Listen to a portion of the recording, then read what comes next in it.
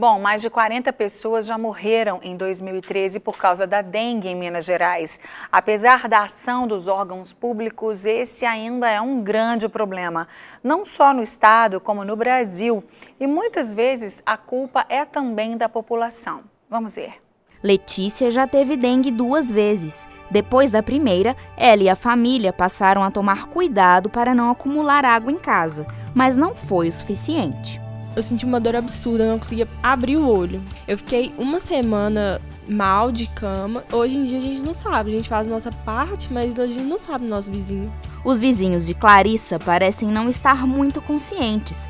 Do terraço dá para ver um possível foco de dengue. Apesar de tomar muito cuidado em casa, ela não se livrou do vírus e está com a doença pela 2ª vez. A maioria das plantas aqui de casa são todas artificiais. Então, provavelmente algum vizinho descuidado, né? No bairro em que ela mora, é possível ver outros lugares que podem facilmente ser foco de dengue. Não só cuidar não adianta. Na região norte de Belo Horizonte, a vistoria da prefeitura passou pela Casa de Brás. A agente olhou o jardim, vasos de plantas e locais onde o mosquito poderia colocar os ovos. Tudo parece estar em ordem. Vocês já fizeram um furinho nela, né? E ela pega toda a circunferência aqui do prato.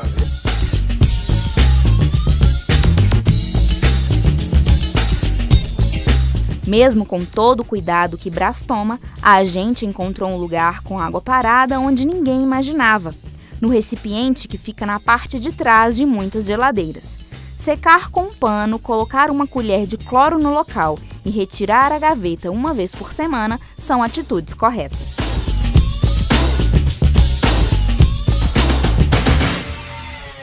É importante tirar aí 10 minutinhos, né? Pelo menos uma vez na semana, que o senhor controla o que está certo, o que está errado. Se tiver algum defeito, a gente procura corrigir. Se todos tivessem essa consciência de não ter coisas que acumulam água dentro de casa, uma caixa d'água bem tampada, né? Ver a questão da gaveta na geladeira. A dengue ia diminuir muito, bastante. Foi surpresa pra gente aqui. Não tinha nunca observado essa coisa. Pois é, então é importante agora o senhor ficar atento. Não é?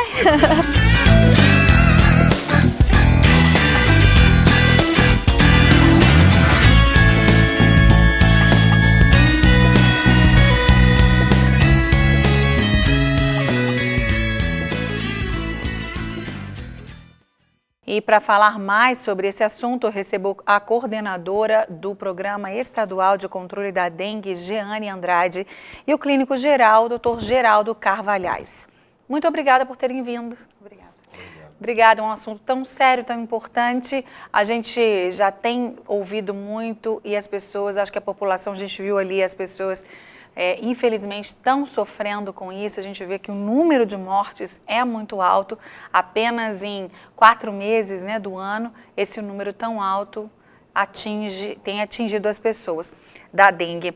Eu queria, assim, a gente ouve, a gente sabe um pouco, mas eu sempre gosto de começar da base. Agora eu vou começar com o Dr. Geraldo, explicando o que é a doença, porque a gente vai falar de muitas outras coisas importantes, mas que é sempre bom a gente trazer mais informação ainda sobre o que é a dengue.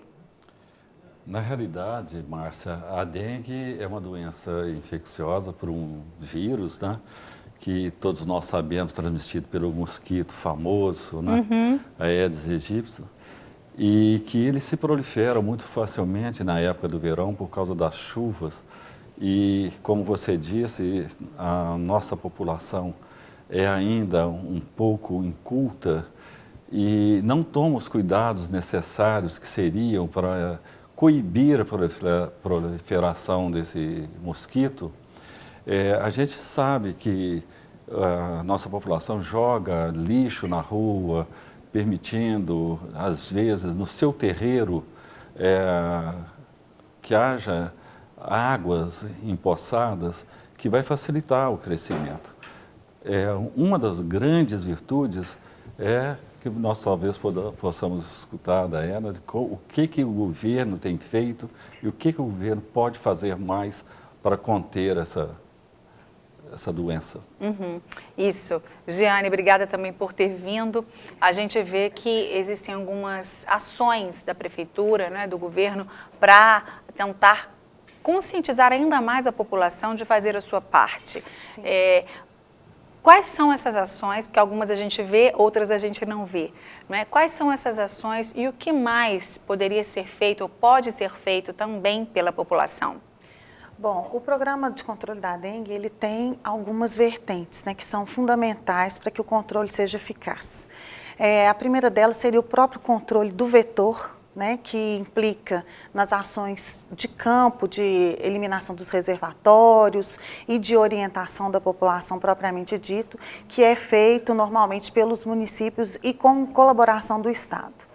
A outra questão refere-se à mobilização social, um trabalho de orientação maciço, que informa o que as pessoas realmente devem fazer para se proteger contra a dengue.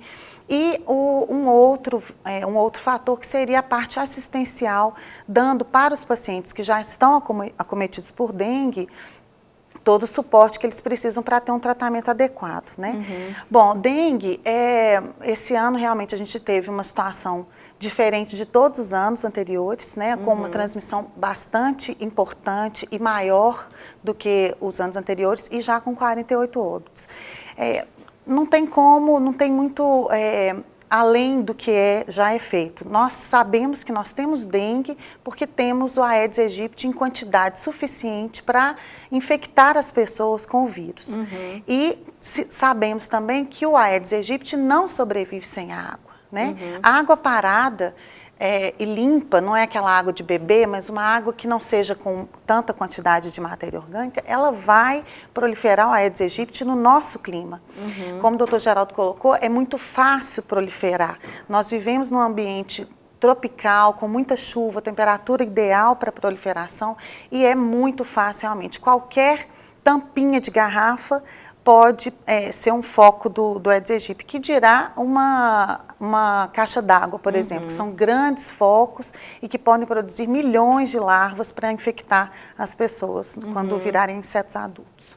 Isso, a gente vai falar um pouco mais, né, sobre os cuidados que nós todos devemos ter, que cada um de nós tem que ter, mas eu queria saber do doutor Geraldo. Doutor Geraldo, existe um pouco de confusão até da população, às vezes fica meio até alarmada por causa dos sintomas da dengue. Eles se confundem um pouco com outras coisas, com uma gripe. Quais são os sintomas que realmente determinam que é dengue?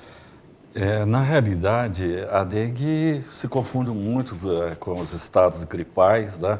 Com uma série de manifestações do organismo, mas geralmente o que caracteriza a dengue é um quadro febril abrupto que geralmente começa com uma dor de cabeça forte, principalmente uma dor retrobulbar, quer dizer, atrás dos olhos, manifestações na pele, com petecas, pequenas petecas e uma coceira muito grande, às vezes com vômito, às vezes com diarreia.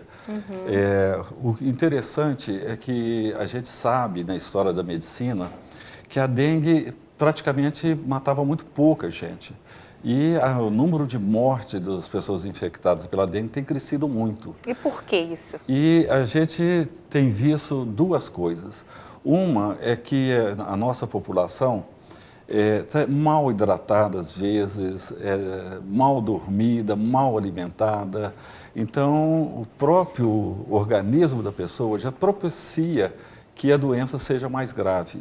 Seria o estresse do povo, a correria. A gente estava até conversando ali em off, ali nos bastidores, e o doutor Geraldo falando sobre o sono, sobre a importância do sono. Me perguntou ele que horas eu durmo. Falei, doutor Geraldo, nem vou responder. Mas realmente é importante, ou seja, a imunidade do nosso organismo ela tem que estar alta para a gente poder também lutar e ter mais guerreiros dentro de nós para lutar contra essa picadinha. A gente acredita que se uma pessoa, quando ela começar a ter, no princípio dos sintomas, se ela fizer uma hidratação intensa, e a gente calcula mais ou menos que ela deveria tomar 80 ml por quilograma de peso, Então, uma pessoa de 70 quilos, ela deveria tomar 5,5 litros de água no primeiro, segundo dia, depois ela passar para 60 ml por quilograma de peso. Então, ela teria que tomar mais ou menos 4,5 litros. E justamente as crianças e as pessoas idosas, elas não têm o hábito de tomar água. Então, às vezes, fica difícil. É verdade. E outro é a própria medicação. Não tem um tratamento específico para dengue. O que nós utilizamos é o tratamento sintomático. E nós deveríamos utilizar mais a dipirona e tomar um cuidado com o paracetamol, porque a dengue ela tem uma manifestação, inclusive, pelo lado hepático. E a gente sabe que o paracetamol, numa dosagem maior, ele é tóxico para o fígado. Então, pode juntar as duas coisas. Eu, às vezes, pego o paciente que está tomando 750 miligramas de paracetamol de 4 em 4 horas, na tentativa de arrefecer os sintomas. Eu falo com ele, assim, olha, aguenta as pontas, sofre, mas fica vivo. É verdade, com certeza.